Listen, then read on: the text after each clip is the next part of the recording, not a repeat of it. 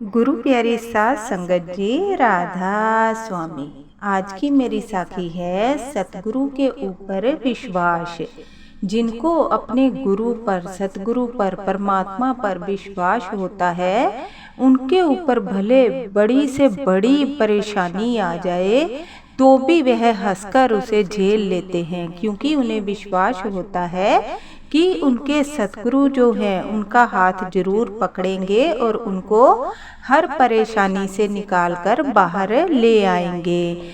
क्योंकि परेशानियां जिंदगी में आती ही रहती हैं, कभी कम कभी ज़्यादा।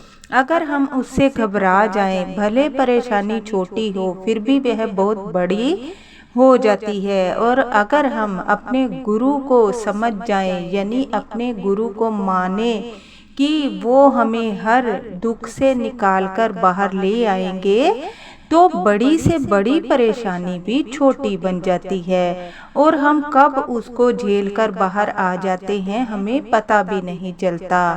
आज की वीडियो में आप इस साखी को बड़े ध्यान से सुने।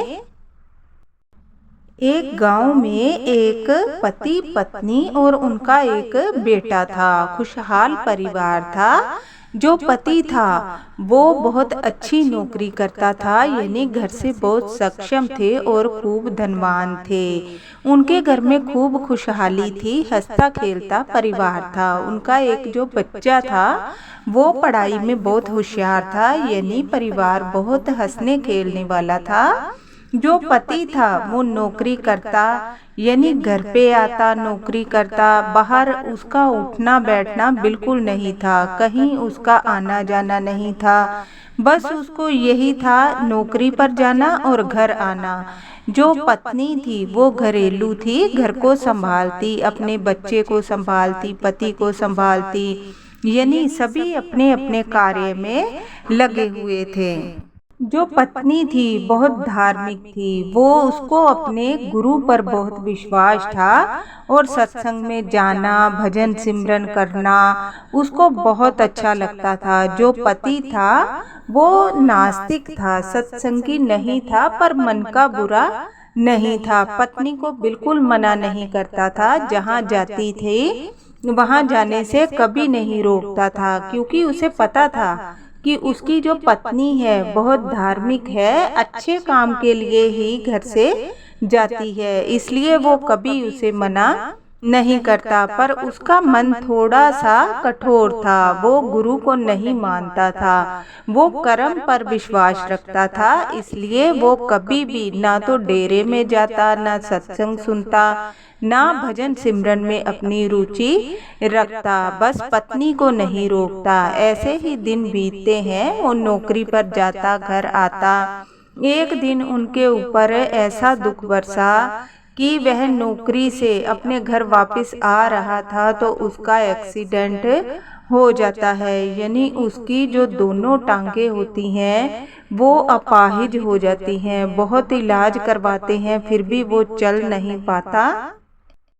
डॉक्टरी इलाज करवा रहे थे, पर जो पत्नी थी बहुत दुखी रहती है अपने पति को ऐसे देखकर। वह बहुत ज़्यादा परेशान हो जाती है और बोलती है, हम डॉक्टरों पर तो विश्वास कर ही रहे हैं, आप मेरे साथ एक बार डेरे पर भी चलो, उनका बाबा जी का आशीर्वाद लेकर आएंगे, शायद आपको जल्दी तंदुरुस्ती मिल जाए।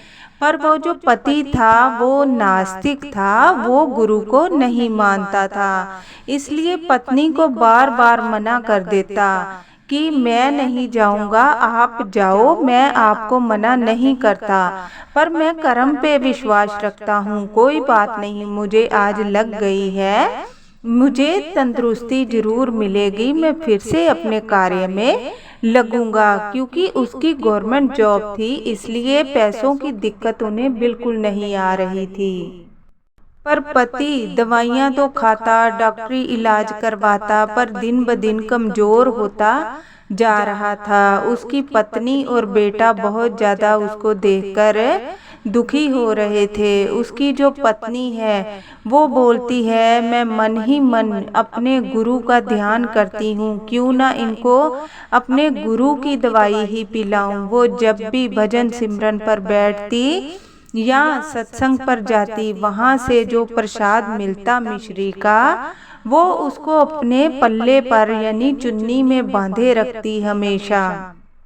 पति नास्तिक था, क्योंकि वो जब भी प्रसाद देती वो मना कर देता। वो डॉक्टरों पर विश्वास कर रहा था, गुरु पर विश्वास नहीं करता था। पर जो पत्नी होती है उसे तो बस अपने सतगुरु पर विश्वास था, अपने भजन सिमरन पर विश्वास था।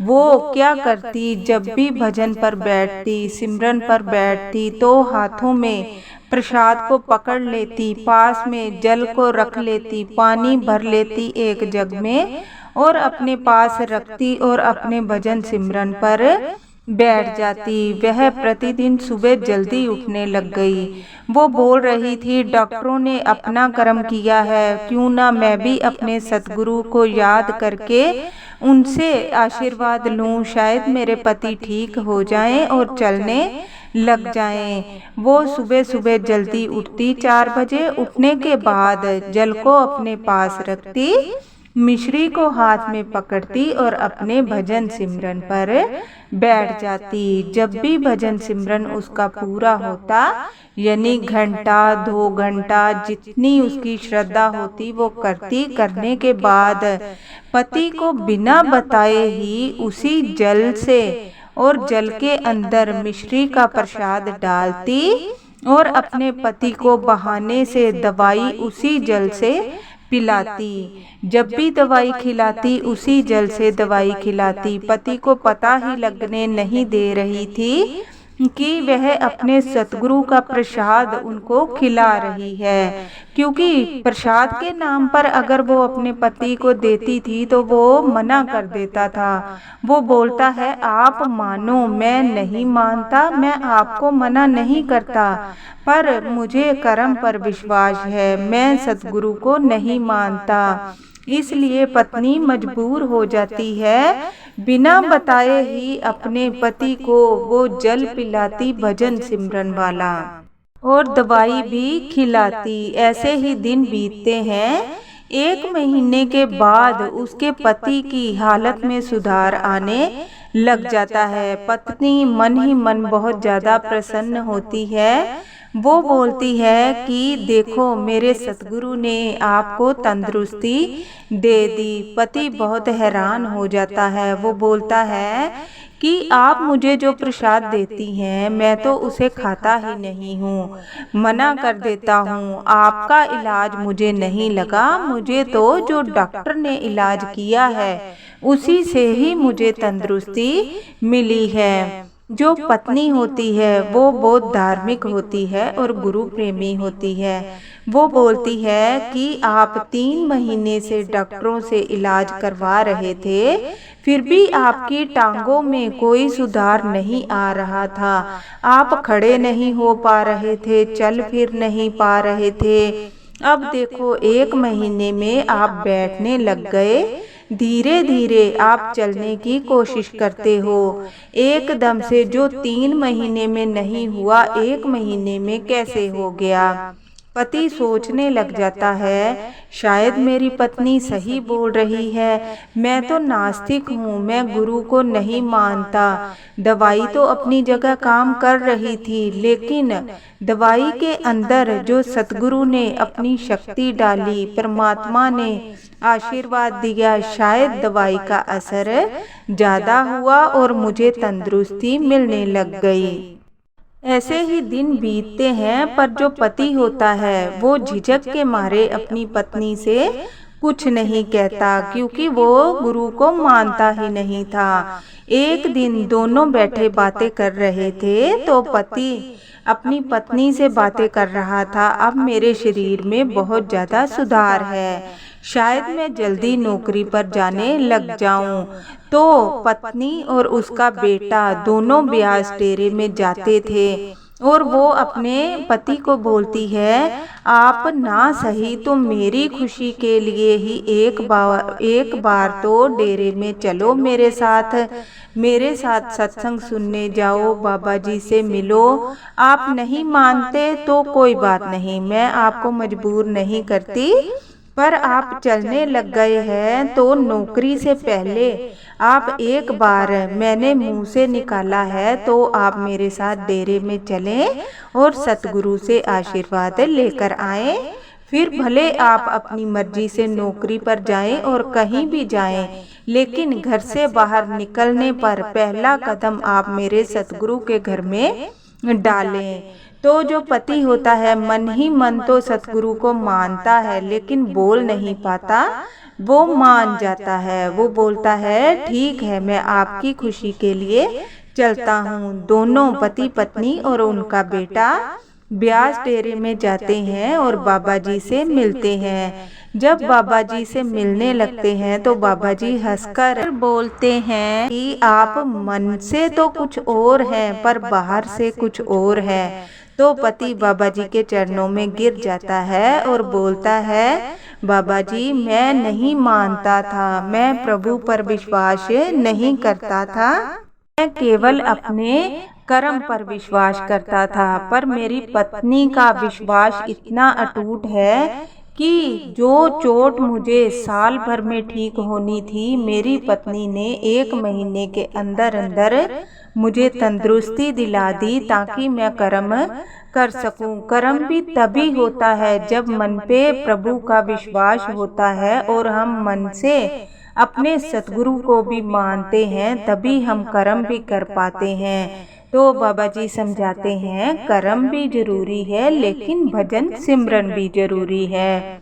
अगर हम भजन सिमरन करते हैं तो हमारा विश्वास अटूट होता है और हम हर कार्य के लिए तैयार रहते हैं कि हमारे आगे कोई भी काम आ जाए हम उसको पूरा कर लेंगे। इसलिए कर्म भी करें। अगर मुश्किलें आती हैं जिंदगी में तो आप सतगुरु पर विश्वास रखें, वो अपनी आपकी सभी परेशानियों को भी दूर करेंगे। विश्वास होगा तो आप हंसते खेलते हर दुख को झेल जाओगे। पति पत्नी जो होते हैं बहुत खुश होते हैं और अपने घर वापस चले जाते हैं। उनका एक नियम बना लेते हैं कि वो महीने में 1 बार जरूर आएंगे डेरे में और सतगुरु से मिलेंगे। कहने का मतलब है कि विपदा हमारे ऊपर दुख भले कितना ही आ जाए, अगर हम सतगुरु पर विश्वास करेंगे